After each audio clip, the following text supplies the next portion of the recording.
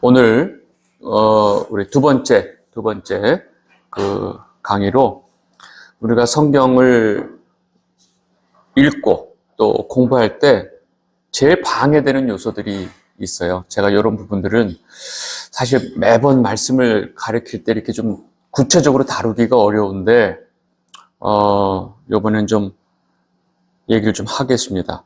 제가 이제 막상 성경을 강의하고 설교하고 성도분들에게 성경을 이렇게 가르치다 보면 이게 아주 걸림돌들이 아주 대단한 걸림돌들이 있습니다.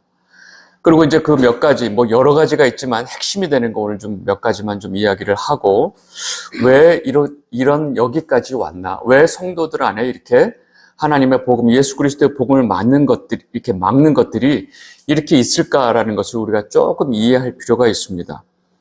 사실 지금, 뭐 나중에 이 영상을 보시는 분들도 또 지금 이 자리에 앉아 계신 분들도 사실 그 안에 그런 요소들이 많이 남아 있을 거예요. 그래서 제가 오늘 이렇게 이런 시간을 갖는 거는 여전히 하나님 말씀을 있는 그대로 순수하게 받아들이는데 방해가 되는 이런 요소들이 아마 제 추측컨대 많이 있을 거예요. 그래서 그런 것들을 다시 한번 다 좀 점검을 하고 잘못된 것들은 우리가 제거를 해야 됩니다. 그런 목적을 가지고 오늘 이 강의를 준비했으니까 차분히 한번 나는 어떤가? 나는 이제까지 어떻게 알고 있었나라는 생각을 좀 가지시면서 차분히 좀 들으시면 좋을 것 같습니다. 제가 이 성경을 가르칠 때 가장 매 순간 걸림돌 같이 느껴지는 게 바로 뭐냐면요.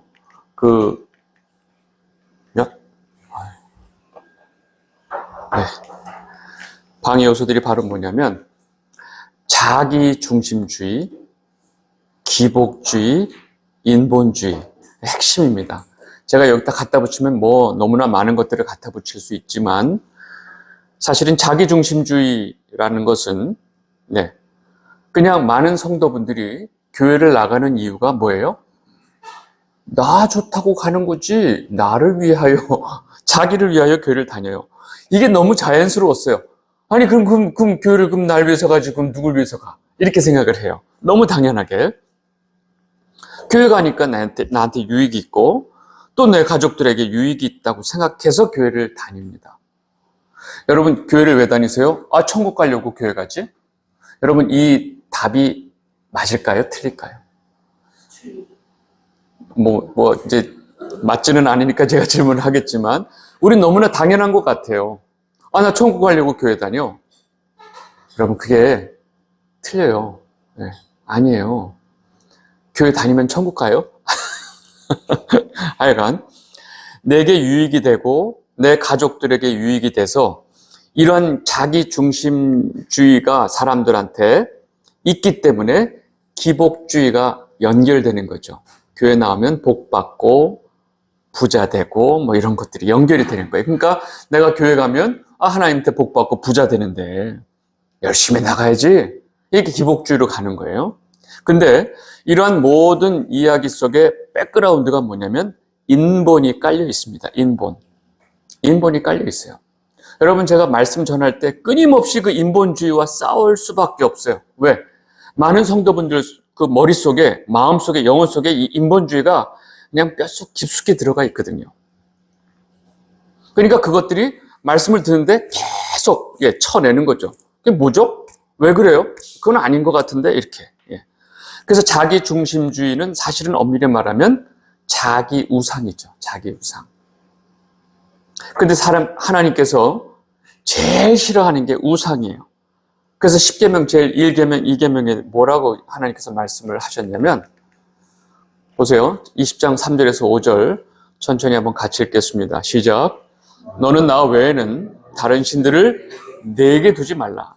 너를 위하여 새긴 우상을 만들지 말고 또 위로 하늘에 있는 것이나 아래로 땅에 있는 것이나 땅 아래 물속에 있는 것에 어떤 형상도 만들지 말며 그것들에게 절하지 말며 그것들을 섬기지 말라. 아멘. 여러분 지금 1계명, 2계명까지 제가 읽었는데 보세요. 나 위에 다른 신들을 두지 마라. 하나님이 다른 신들이 있어서 이런 말을 했을까요? 하나님이 여기 지역에 가면 이 신이 있고 여기 가면 이 신이 있어서 이런 말씀을 하셨다고 생각해요? 아니에요.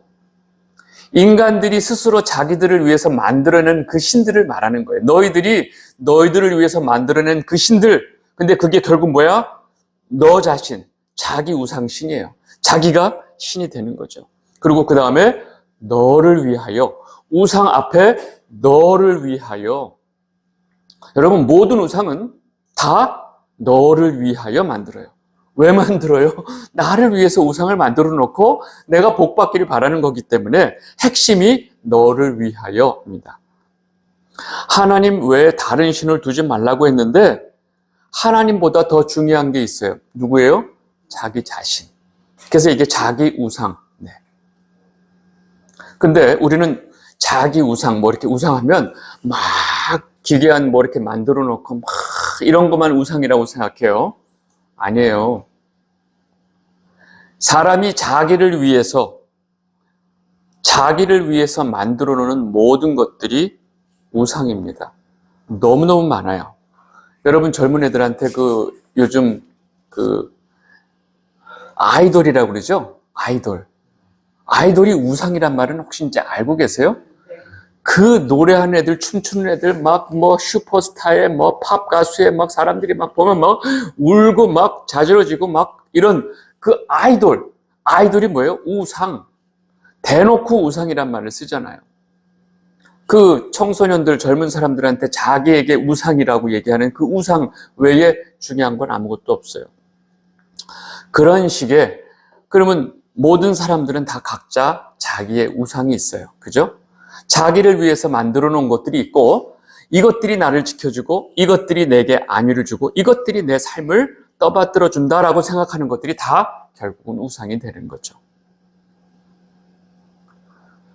여러분 평생 열심히 공무원 생활하고 또 고위 공무원으로 퇴직하신 분들은 이렇게 퇴직하고 나중에 돈이 많이 나와요.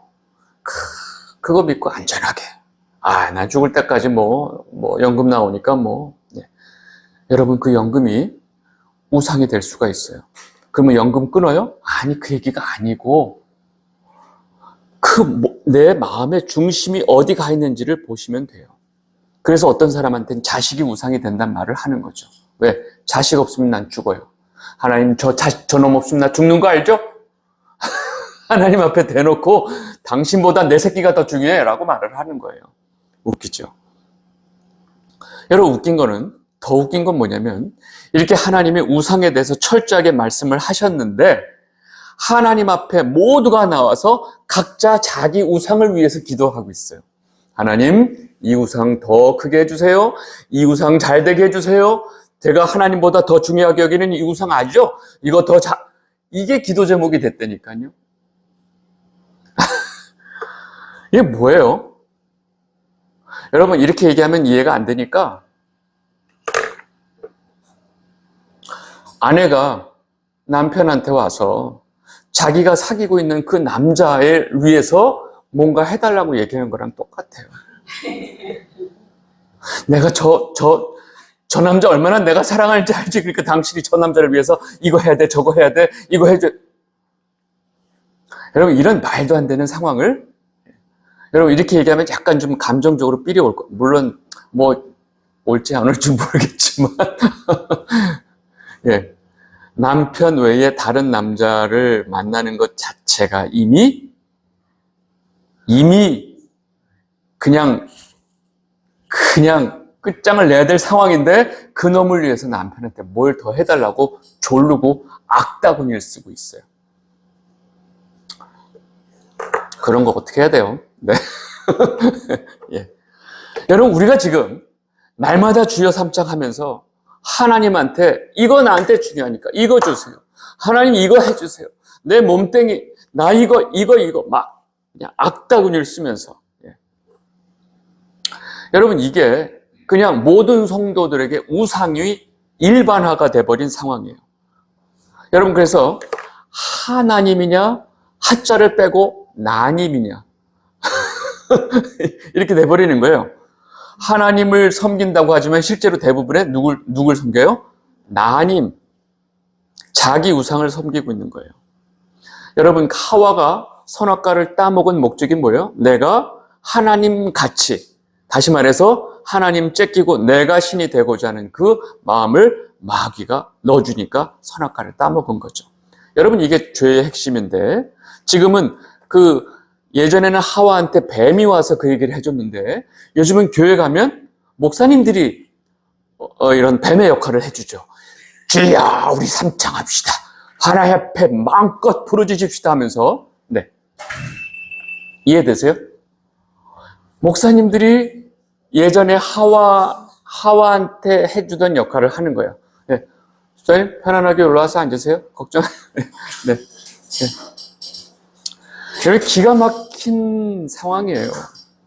이걸 그냥, 그래, 교회가 좀 그래 라고 생각할 때 제가 볼 때는 너무너무 기가 막힌 상황이에요. 어쩌다가 여기까지 왔을까? 여러분, 이제 제가 약간 어쩌다가 우리가 여기까지 왔나 하면 이게 뿌리가 깊어요. 여러분, 우리가 지금 생각하는 모든 사고 방식이 어디서 온 줄 아세요? 우리 대부분 다 서양식 교육을 받았죠.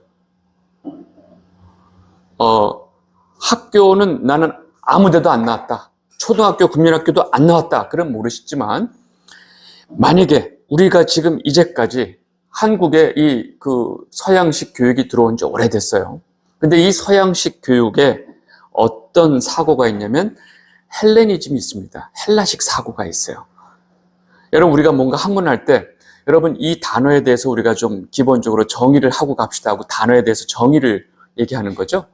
정의를 얘기하고 또 순차적으로 서론을 얘기하고 이런 게 다 헬라식 사고예요. 그러니까 우리는 그냥 어려서부터 배웠기 때문에 그게 당연한 거라고 하지만 우리가 알고 있는 모든 사고방식, 이것은 거의 헬라식 사고입니다.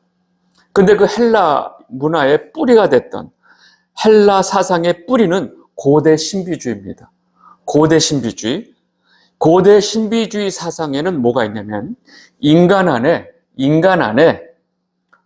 신의 불꽃, 신의 요소가 있다. 이것을 우리가 여러 방법을 통해서 끄집어낼 수 있다. 이것을 어떤 영적인 지혜를 깨달아서 끄집어낼 수 있다고 말하는 게 영지주의죠.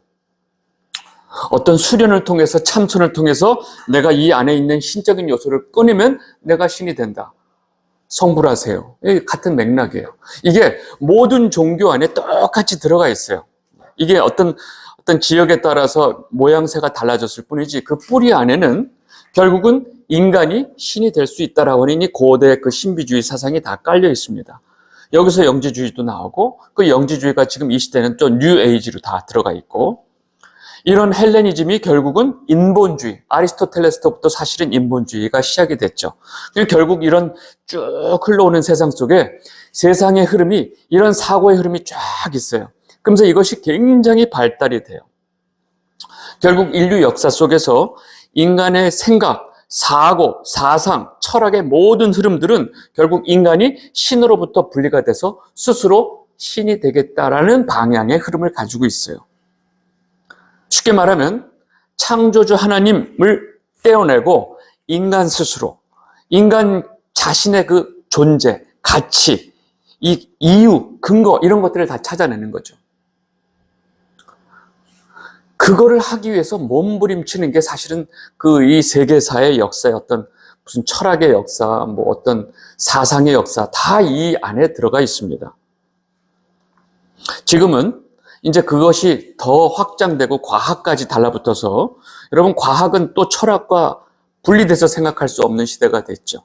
그래서 이제 이 세상의 모든 하나님을 부정한 존재들이 이제 모든 하나님 부정하는 시대는 이제 됐고 인간 스스로 이 철학과 과학의 힘으로 이제 인간이 마지막 도전하는 단계가 뭐냐면 우리 성경에서 말하는 영원한 삶, 영생을 하나님 필요 없고 우리의 과학의 힘으로 영생을 이루어내겠다라고 지금 하는 것이 지금 이 시대의 이유입니다. 첫 번째로 자기중심주의, 또 기복주의, 인본주의가 사실은 우리 성경을 읽는 데 방해하는 데 제일 큰 요소라고 말씀드렸고 사실 두 번째 제가 말씀드리고 싶은 게 세대주의 신학입니다. 여러분 이 세대주의 신학이요 너무너무 커요. 네. 여러분들이 생각하는 것보다 굉장히 심각합니다.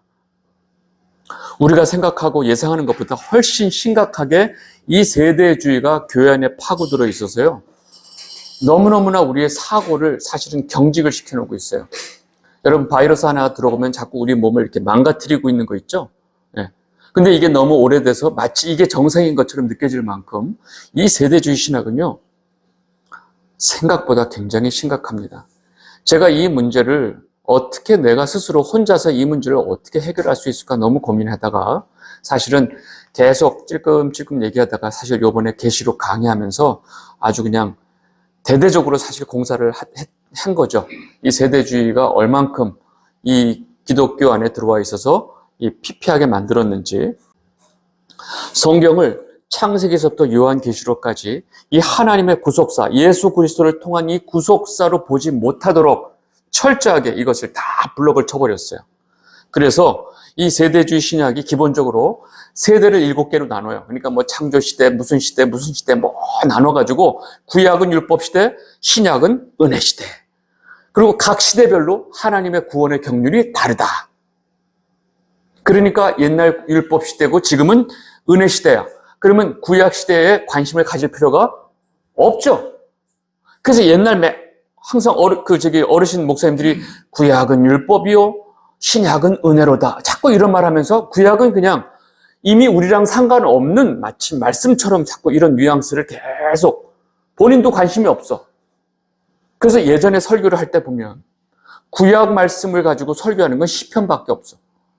그냥 시편의 좋은 말씀, 자문에 뭐 그냥 어떤 인본적으로 좀 좋은 얘기들 끄집어내는 거 외에는 구약은 쌩까고 그냥 복음서, 그냥 뭐 이렇게 편지들, 서신서 가지고만 설교하시는 분들이 많았어요.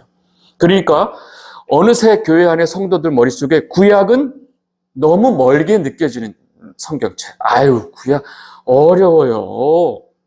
여러분, 신약이 더 어려운 책이에요. 왜요? 구약의 모든 개념을 가지고 있고 구약을 빠삭한 유대인들이 신약을 썼거든요. 근데 구약을 모르고 어떻게 신약을 이해해요? 근데 신약은 쉽대. 왜요? 짧으니까. 구약은 어렵대요. 왜요? 기니까. 이런 단순 무식적으로 이제 생각을 하고 어느새 이제 이 세대주의 신학의 영향을 제가 말씀드리는 거예요. 그만큼 교회 안에서 이 구약을 터부시하게 되는 이런 모든 상황이 만들어졌고 목사님들은 신약 위주의 설교만 하는 상황이 돼버렸어요.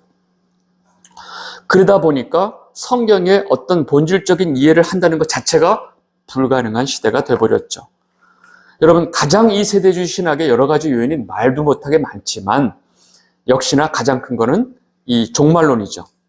네, 종말론을 완전히 다 뒤틀어 버렸고 또 이 세대주의 종말론을 모든 이단들이 다 앞다투어 채택을 해서 또 자기네들 것으로 살짝 변형해서 자신들만의 교리를 만들어 놨죠.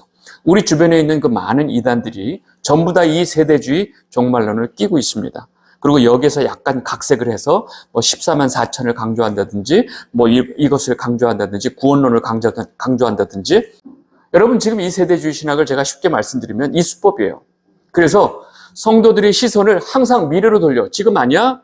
지금 이거 아니야? 나중에 이렇게 돌리고 또 하나, 사람들의 시선을, 성도의 시선을 하늘이 아니고 땅으로 내리꼽았어요. 그래서 제3성전 그렇게 막 난리죠. 그리고 이스라엘 회복운동. 왜? 주님이 거기 오시니까 거기가 회복이 돼야 된대. 예. 여러분, 지금 세대주의 신학에서 이 세대주의 신학을 제가 아까 좀 전에 세대주의 신학 다음 세 번째가 뭔지 아까 보셨어요? 신사도.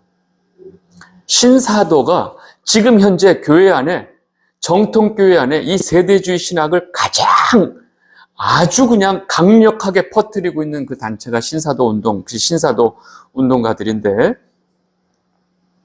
여러분, 그 신사도 운동의 핵심이 되는 인물이 피터 와그너, 이 플러 신학교 그 교회 성장학 교수님한테 돌아가셨어요. 이분이 쓴 책은 어마어마해요. 뭐 하여간 이 피터 와그너는 뭐라고 그러냐면 예수님이 우리가 복음을 받게 되고 성도가 되면 이 세상의 부가 성도들에게 온다. 이걸 부의 이동이라고 그래요. 나도 그걸 바래. 그럼 난 진작에 부자가 됐지. 하여간 복음을 믿고 예수쟁이가 되면 세상의 부가 그 성도에게 온다. 그러면 예수님은 가난했는데 무슨 말을 합니까? 아니다. 예수 그리스도는 그 당시에 목수였는데 이 당시에 목수로 만든 가구가 엄청나게 비싸게 팔려서 엄청나게 돈을 벌었다.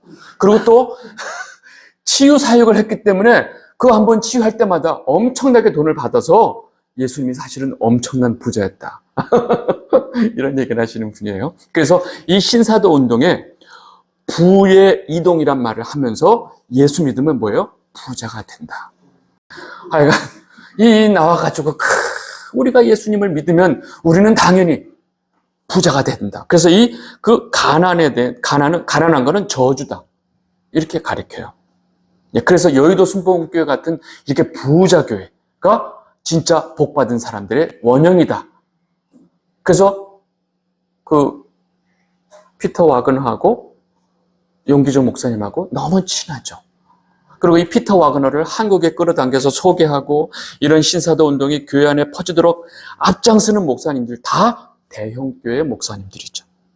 이런 어떤 신사도 운동이 한국 교회 안에 지금 다 퍼졌는데 대형교회 중심으로 다 퍼졌어요. 그리고 이 신사도 운동을 하기 시작하면 사실은 교회가 엄청나게 부흥합니다. 폭발적으로 부흥해요. 누가 마다하겠어. 예. 할렐루야 이러면서 그냥 막. 네. 여러분 근데 이 신사도 운동의 그 뿌리가 되는 게 바로 이 세대주의 신학입니다. 그래서 이 세대주의 신학으로 인해서 이 요한계시록이라고는 이 책이 완전히 성경에서 분리된 책처럼 사람들이 생각하고 있고 정말로 이 교회 시대, 예수님이 초림 오시고 다시 오시는 이 교회 시대에 살아가는 성도들에게 이 요한계시록을 통해서 보내주시는 그 주님의 너무너무나 귀한 메시지들을 다 덮어버렸어요. 제가 그걸 다시 덮은 걸 끄잡아내느라고 지금 요한계시록을 이렇게 열심히 한 거고요. 여러분 이런 일을 이 상황을 좀 이해하시면서 그래서 저한테 이 요한계시록을 제대로 이렇게 구속사 안에서 이 창세기와 연결된 성경의 큰 구속사 안에서 다시 요한계시록을 설명하는 일이 저한테는 너무 중요했어요. 그리고 제가 이제 오늘 세 번째 중요한 거 신사도 운동. 사실 신사도 운동하고 이 세대주의 신학이 연결돼 있어요. 완전히 연결돼 있어요. 아까도 말씀드렸지만. 그리고 이 신사도 운동이 점점 그 세력을 키워가면서 너무나 많은 세력들하고 다 규합을 했어요. 여러분 뉴에이지가 굉장히 어려운 게 기독교의 사상도 흡수하고 세상의 모든 사상들을 다 흡수해가지고 한 덩어리를 만들어놔서 이게 어렵게 느껴지거든요. 이 신사도 운동이 처음엔 피터 와그너가 그냥 이 시대의 새로운 사도, 그래서 이 신사도 운동이 주장하는 그 5대 어떤 사명이 있어요. 5대 사역이 있는데 결국 이 시대에 제일 중요한 게 사도다. 그 다음에 예언자다. 그 다음에 복음을 전하는 에반젤리스트다. 그 밑에 목사가 네 번째야. 그리고 맨 밑에 교사. 이렇게 5개의 어떤 사역의 등급이 있어요. 그래서 자기네들이 딱 우리는 사도야. 그러니까 우리가 대빵이야. 그리고 이제 그 사도 임명식을 해요. 자기네들이 이렇게 인정한 사람들한테 사도 임명식을 해요. 자기네들끼리 사도. 그래서 이 시대는 사도가 필요하다.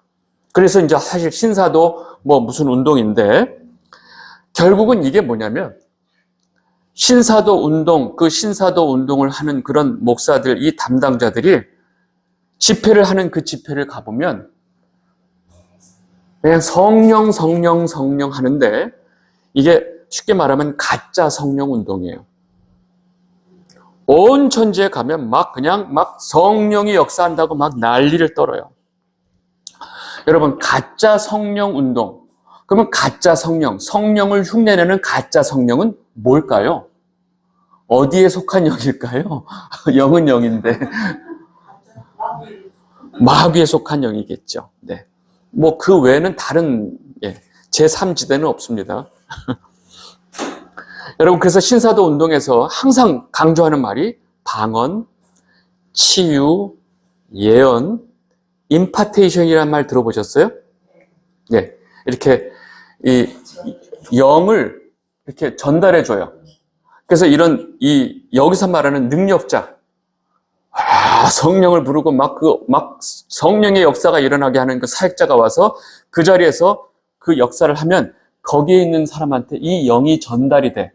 요거를 전이란 말로도 해석하고 분양, 우리 아파트 분양 받을 때 개새끼 10마리 나면 분양해 주잖아요. 그렇게 이렇게 분양이란 말로 임파테이션이란 말을 쓰는데 여러분 성령을 분양을 해요? 이게 아니 조금만 생각했으면 이 말 자체가 성령을 분양하냐고요. 근데 실제로 그 현장에 있으면서 그 영을 받으면 이 사람이 다른 데 가서 집회를 열면 또 이런 일이 일어나요.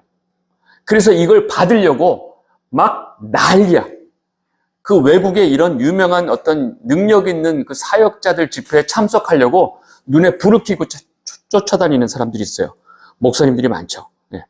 그래서 이들이 하는 집회는 아주 기괴한 현상들이 일어나는데 그 사람들은 이걸 성령의 역사라고 말을 하죠. 근데 어떤 현상이 일어나느냐? 사람들이 쓰러져요. 팡 치면 팍 나가 떨어져요. 툭 치면 막 사람이 미친놈처럼 흔들어요. 약간 무슨 뭐 이렇게 근데 이게 누가 봐도 본인이 이렇게 일부러 하는 게 아니라 진짜 무슨 그래가지고 막 기회하게 흔들립니다. 대굴대굴 구르고 개처럼 짖고 막 술 취한 것처럼 비틀거리고 막 미친 듯이 웃고 예 그리고 귀신 들린 것 같은데 머리를 막 미친 듯이 흔들어요. 이런 현상들이 일어나니까 사람들은 이게 어떤 영적인 일이라고 착각을 하는 거죠. 여러분 이런 현상들이 사실 언제 시작이 됐냐면 여러분 혹시 아주사 부흥운동이라고 들어보셨어요? 1900년대 초에 그 LA의 그 아주사라는 그런 그 스트리트에서 어떤 조그만 교회에서 기괴한 일이 일어났어. 예, 그게 그래서 아주사 운동이고 미국의 LA 가면 아주사 대학교도 있어. 예, 그쪽에 그 서부 지역의 캘리포니아 쪽에 보면요.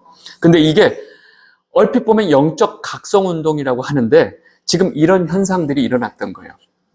이게 1900년도 이전에는 없었어요. 1900년도 초에 이게 갑자기 이게 결국은 오순절 운동으로 됐죠. 그러니까 오순절 교파들이 기존의 그 교회 모든 그 리투르지, 예전학, 의전학 이런 거 다 깨부시고 막 찬양하다가 막 불바다락 다 쓰러지고 막 난장판이었죠. 그러니까 기성의 교회들이 너무 위험하다. 가지고 굉장히 이 문제를 제기해서 결국은 오순절 운동이 막 이러다가 훅 죽었어요. 그러다가 1960년대 다시 이게 일어난 게 은사 운동이에요. 캐리스마틱 무브먼트 해가지고 은사 운동 해가지고 요게 빈야드 운동이라고 혹시 들어보셨어요? 네, 빈야드.